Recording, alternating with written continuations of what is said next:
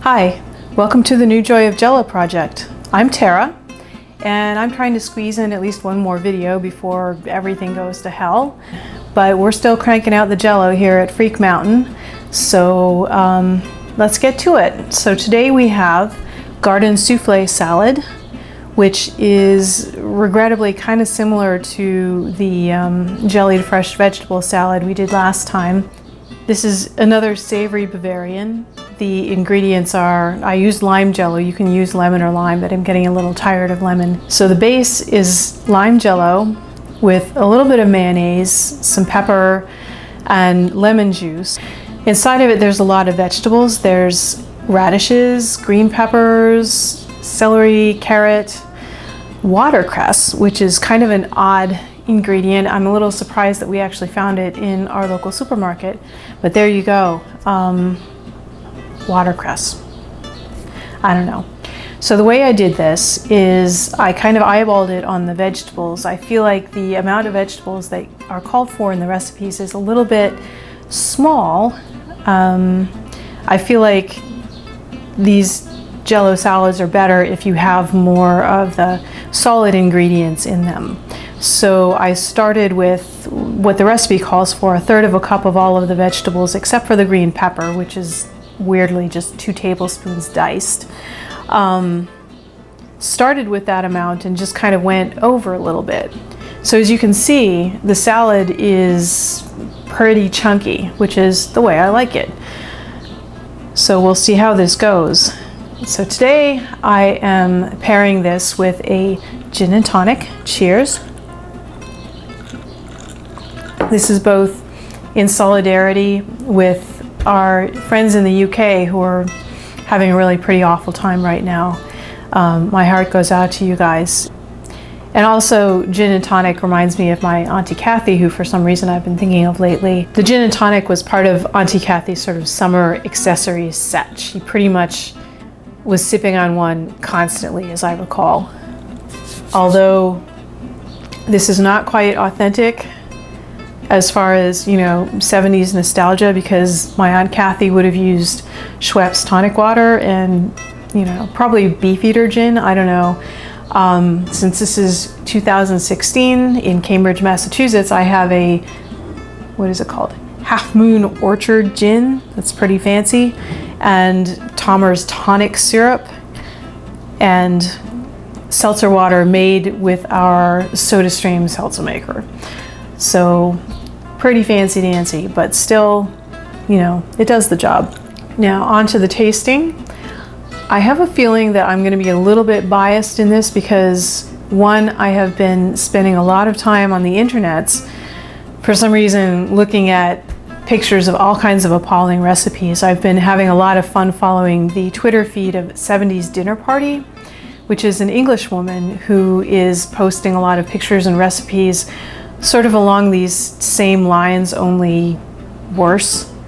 And it's funny because I had thought that this sort of weird food was an American phenomenon, and it turns out no, they were doing these kinds of weird things with food on the other side of the pond too.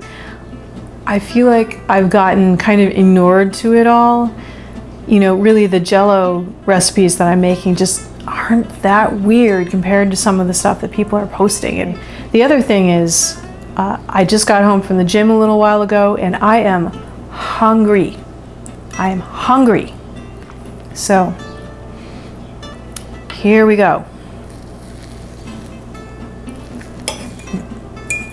So it seems like, now one of the problems that I had when I was making this is the directions say that you make the gelatin mixture and you put it in a square baking pan and stick it in the freezer for 15 to 20 minutes, and it's supposed to get sort of firm on the outside and just kind of cold on the inside, and then you put it in a bowl and whip it until it's fluffy. Well, I did that, and I put it in our handy stand mixer and whipped the bejesus out of it, and it didn't seem like it was getting fluffy, and finally I just had to give up on it and say, okay, that's enough whipping.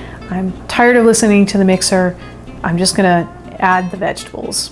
So as I'm getting into it here, the gelatin actually seems to be fluffy in texture, which is interesting. So, yay me.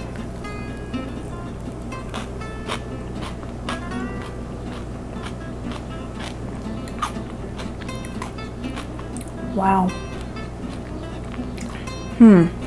The flavor comes at you in two stages. When you first take a bite and you start chewing, mostly what you taste is the vegetables, which is okay, I guess. The watercress, I'm not sure what that is adding to this. I think it kind of tastes like gardens or like dirt.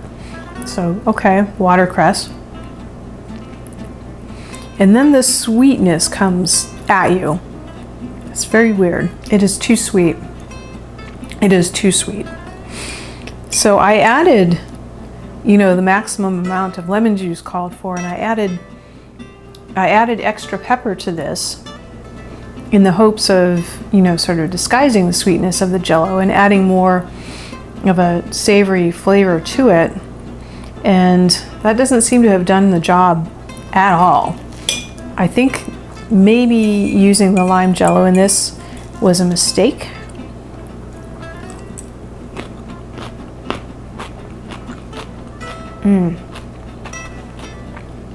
All right, there's cauliflower in this. Cauliflower is one of those vegetables that leaves absolutely no impression whatsoever. I completely forgot that I had to chop up cauliflower to put in this. I didn't notice it until I got a big chunk of it and recognized it by the texture. I don't mind cauliflower, but So I'm continuing to eat this because I am hungry. But I don't think I like it very much. Although, as with the last recipe, I think that if you did this with unflavored gelatin, this actually wouldn't be bad. I do kind of like the fluffy texture of the gelatin with the vegetables, actually. These jellied vegetable salads, they could work if it wasn't sweetened flavored Jell-O. I mean, I can see the point of it beyond the whole weird early 20th century food science theories about how salads need to be neat and tidy. I mean, it's a different way to get your vegetables. And, you know, we all know somebody who doesn't like to eat their vegetables. You need a little variety to sell the vegetables to them. And this would work if it weren't for the sweet flavor of the Jell-O flavored gelatin. I don't think we're going to eat this, and I'm definitely going to be making a donation to Action Against Hunger to, again, make up for the waste of food that is about to ensue. Until next time, I'm Tara for the New Joy of Jell-O Project. Cheers.